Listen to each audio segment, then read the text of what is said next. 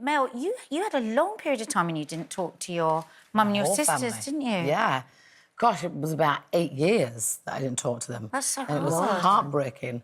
You know, I was actually married and I was in a very kind of isolated, stressful kind of relationship, which prevented me from even reaching out to my family. So it's very awkward and very distressing for me for the whole of the 10 years. You had children in that time. And... Yeah. Well, my mum FaceTimed my kids, so that was kind of allowed, but I wasn't really... And did you want to break kind of out? Did you want to break out and get in touch with them? Oh, my God, yeah, of course I did. That's my mum, that's my sister, or my aunties. Were my world and my life. But the good thing is, well, it's kind of not good. When my dad died, God bless his soul, that brought my family together. Really? So on his deathbed, when I walked in, I got to see my mum and my sister for the first time in like that's given me 8-9 years. So it was, even though it was a really painful thing to see my dad going through that, it was such a happy, beautiful thing that I got to reunite with my family. So did you all just fall on each other? I mean, did it just all happen naturally? Yeah, I mean, it felt a bit strange because I was nervous because I hadn't seen my dad, and my dad looked so frail. You know, the cancer that he had, he was never going to be able to bounce back. So I had to come to terms with that. And then on top of that, you know, I couldn't wait to just hug my mum and see my sister and my grandma and my aunties. So it was you a used happy, to talk sad... to your mum twice a day, Yeah, didn't you? yeah. But Mel, you know, after 10 years, you've got your dad there and you see your mum. Do you remember what you said to her? Do you remember, did you go to her? Did she come to you? What happened? Well, it's funny because it's not funny. My dad was in a coma, so he heard my voice and he sat up and he said, "I love you." So that was the first words when I walked into the hospital room. And then my mum just hugged me. I couldn't She stop came over hugging to my you, mum. did she? Yeah, yeah.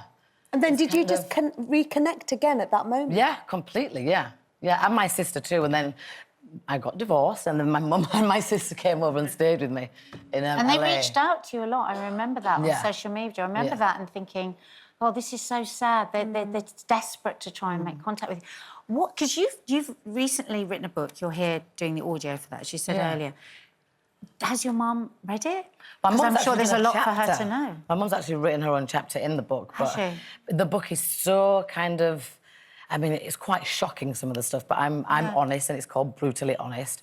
And I think she's read it probably about 20 times now, because each time she reads it, she sees something else and then has to call me and go, "Oh, I'm sorry that this happened to you." So it's actually brought us all even closer together. And I bet as mums, you can imagine, can't you, that all that time not seeing, you'd be hungry for all those moments and all that life that you miss. Well, I was just going to say, because I read a piece about you from some time back, and you said that time that family was everything. And family is everything to me, and I think to all of us actually sitting here. So I can't even begin to imagine what it would have been like not having your mum with you for all that time. But I knew there was going to come a point where we'd all get back together, or should I say I prayed every day that day would come, and it did. And I'm so thankful. And what about your children? Because you've obviously written this book, and obviously they've seen some of your aspects of your life.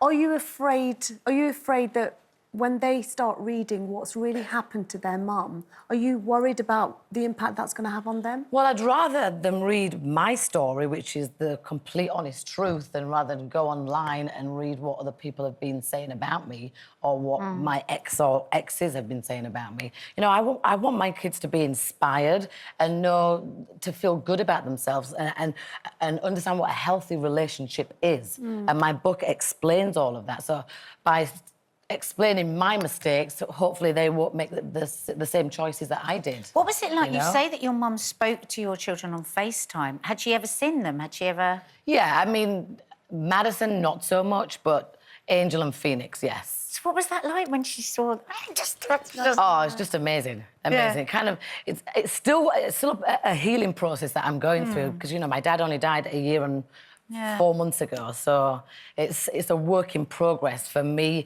to get over my dad and for me to make amends with my mum and my sister, because I feel really responsible. You talk about a bittersweet situation. Yeah, exactly. I mean, that's a lot to take on board, isn't it? The loss of your dad and then the joy, really, of being reunited with your family. Yeah. How do you do it? Being in the public eye, your relationships in the public eye, everything about you, and you're dealing with this relationship which is toxic, as you say, and you're still here, strong, smiling. I mean, how do you do it? Well, I'm not that strong, you know, and when people say, yes, you are strong, I'm only perceived of being strong because in my brain, I've been so low at points that I've only had myself to lift me up.